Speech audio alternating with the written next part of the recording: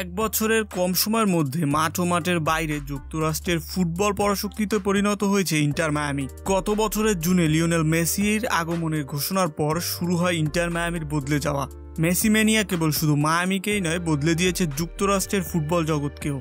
দর্শকদের আগ্রহ বাড়ার পাশাপাশি বাণিজ্যিকভাবেও এখন শক্তিশালী অবস্থানে পৌঁছে গেছে মেজর লিগ সকারের ক্লাবগুলো। তবে সবচেয়ে বেশি লাভ হয়েছে মেসির ক্লাব মায়ামির।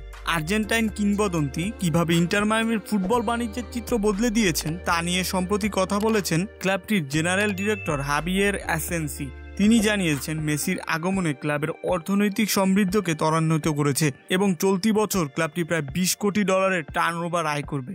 অ্যাসেন্সি বলেছেন, মেসি আসার পর আমাদের প্রত্যাশিত আয় $6 কোটি থেকে বেড়ে এখন $12.50 কোটি থেকে $13 কোটি পৌঁছে গেছে। এবছর আমরা আশা করছি $20 কোটিরও বেশি আয় করতে পারবো।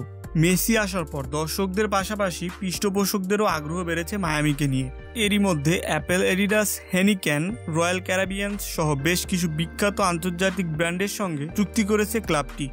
সাম্প্রতিক সময় আরেকটি বিখ্যাত প্রতিষ্ঠান ভিসাও যুক্ত হয়েছে মায়ামির সঙ্গে। অ্যাসেন্সি বলেছেন, আমরা সেই অংশীদারিদের খুঁজছি যারা আমাদের অন্য আরেকটি স্তরে নিয়ে যাবে, যেখানে নিশ্চিতভাবে রয়্যাল ক্যারিবিয়ান এবং জেপি মর্গান চেজের মতো প্রতিষ্ঠান আছে।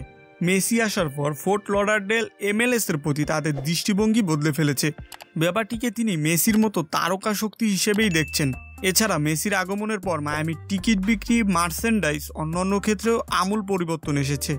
শুধু যুক্তরাষ্ট্রে নয়, আয়ে ইন্টার মায়ামি এখন ইউরোপিয়ান ক্লাবগুলোকেও টেক্কা দিবে বলে মন্তব্য করেছেন অ্যাসেন্সিও। আমি বার্সেলোনায় 11 বছর ছিলাম। আমি সেখানে প্রধান বাণিজ্যিক অফিসার হিসেবে কাজ করেছি।